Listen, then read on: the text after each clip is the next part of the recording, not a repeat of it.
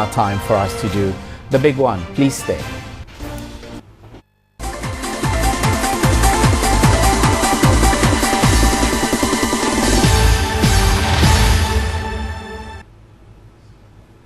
Welcome back. Now, the outgoing moderator of the Presbyterian Church of Ghana, Reverend Professor Rev Martey, says the structure of the 1992 Constitution has largely contributed to the winner-takes-all system of governance, contributing to an IEA discussion on enhancing effective decentralization in Ghana. Reverend Martey said the Constitution was designed to suit the then President Rawlings, thus creating fear and reposing all authority to the presidency. The problem of winner takes all as constitutional, because if you look at the fourth Republican Constitution, it has been so designed and tailored to suit a person.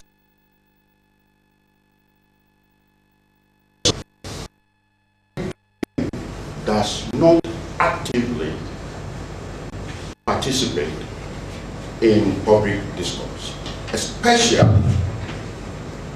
matters affecting their own local governance. So for me, decentralization is commendable and is recommendable to a young democracy like Ghana's. Let's do some analysis. Dr. Eric Odro Osae is the Dean of the Institute of Local Governance Studies. Is joining us now. Good evening, sir, and thank you very much for your time. Good evening, my brother. So this call to deepen decentralization by first taking steps to ensure that local assemblies, MMDCs, vote for their own representatives. I reckon that this is long overdue. Would you say that? It is long overdue. It reflects and re-emphasizes on the recommendation of the Constitution Review Commission. The Constitution Review Commission made 3 recommendations as far as the position of MMDCs are concerned. The first one is that they recommended that Parliament should be empowered to determine a specific mechanism for choosing MMDCs. The second one is that they recommended that in the metropolitan areas, mayors should be popularly elected. And they also recommend that in the municipality, the president should nominate persons who would then be vetted by a Public Services Commission before being elected. Interestingly, the government rejected these noble recommendations and rather made a counter recommendation that they are of the view, the government is of the view that in a unitary state, there should be a delicate balance between central control and the local autonomy. So because of that, the government rather came up with a position. The president would rather nominate 5 persons who would be vetted by the Public Service Commission for competency, and then after which 3 of them would contest in a popular election.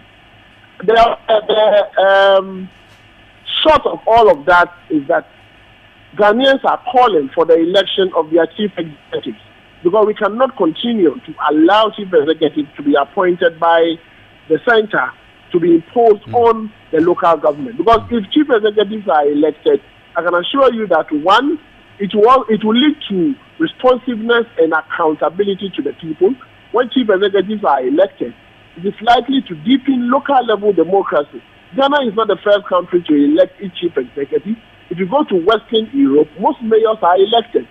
Japan, if they are elected, Uganda, Kenya, Namibia, and Gambia.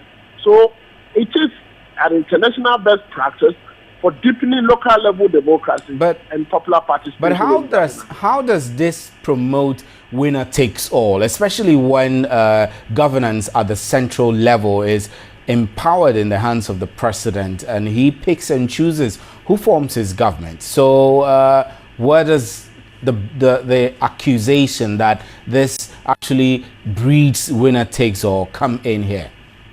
You know, when we talk about winner takes all, I see it coming in along the lines where a president, once he wins elections, takes over the national government and then also appoint chief executive to represent him in all the 216 local governments. In that case, every aspect of the country is dominated by government and his or her people. Right. Now, when it happens like that, it does not augur well. But if it is for election, you realize that there are certain areas that other political parties or other people would also be represented. The argument that if we allow chief executive to be elected, they will not be responsible to the center, and they are likely to create security challenges because the chief executive chairs the district security committee. And the district security committees are there to represent the National Security Council's interests. So those things does not help. Right. But do you share the view? Do you share the views of the moderator of the Presbyterian Church, who says that the 1992 Constitution was structured with one person in mind, the then President Rawlings, leading to what he calls creating fear and reposing all authority in the presidency? No, I don't share that view. I think the 1992 Constitution was designed having in mind where we have come from as a nation. Because we've come from a military government background, we had that in our mind, and we thought that we have to prevent that thing from happening into the future. And you think it was fair to include entrenched clauses in there? Yeah, the clauses there are very relevant to prevent certain things that have happened in the past from happening in the future.